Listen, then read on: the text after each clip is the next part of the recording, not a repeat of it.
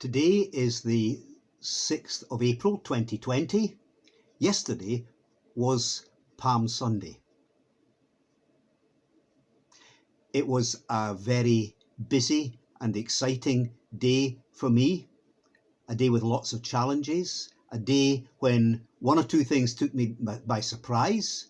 All of those surprises were positive and good and exciting. But at the end of the day, I was feeling really tired. My day ended later than I wanted, and I felt a wee bit tired and niggly towards the end of the day. The dogs woke us up in the night, possibly because Pam had given them share of an apple in the evening. Yes, our dogs do eat fruit. And when I woke in the morning, I felt really tired and niggly and kind of defeated by stuff. And then I came to spend a bit of time with God and opened my Bible at Matthew chapter 14.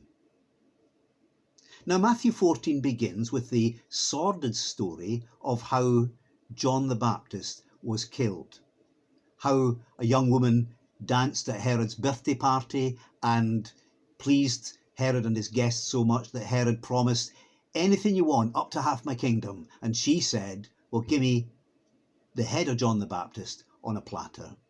So John's disciples came and took John's body away and buried it. Then they went and told Jesus.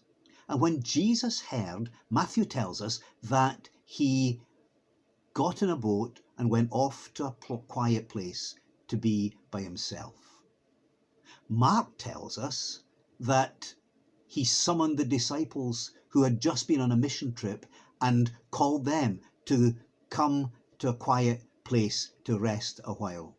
And Luke kind of weaves both of these narratives together, and I think Luke gets it right. See, Jesus recognized that the disciples had been giving out, and though they were excited, they needed to rest and to be quiet and to restore themselves. And retreat is a time to deal with exhaustion. And for Jesus, you see, John the Baptist and him were particularly close. They were related, they were cousins. John had baptized Jesus. And Jesus' ministry had actually begun when John was arrested and put in prison. And when John was executed or assassinated, when John was killed, it marks a new turning in Matthew's gospel. Suddenly, Jesus is in a different place, and he has put his own face towards Jerusalem, towards Palm Sunday, and towards his suffering and death.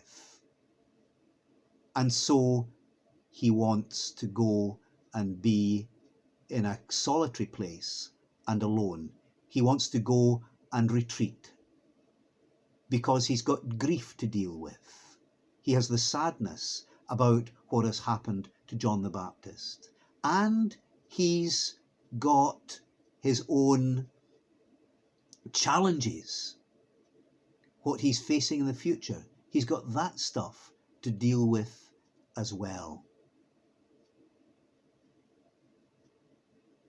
Now, when I read Matthew 14 this morning, something struck me.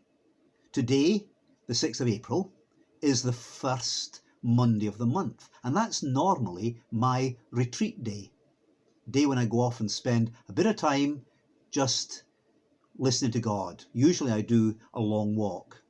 That's not practical this time. But I realised that the stuff I was experiencing, the tiredness and the niggliness and the kind of defeated feeling that I was experiencing, that those things could be a reminder that I actually need my retreat time.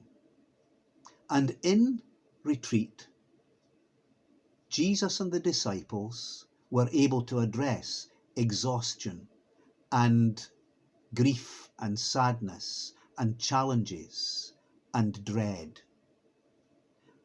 And for us as well, retreat time, time alone with God, is a time to address exhaustion, a time to address grief and sadness and disappointment, a time to address challenge and hope and dread.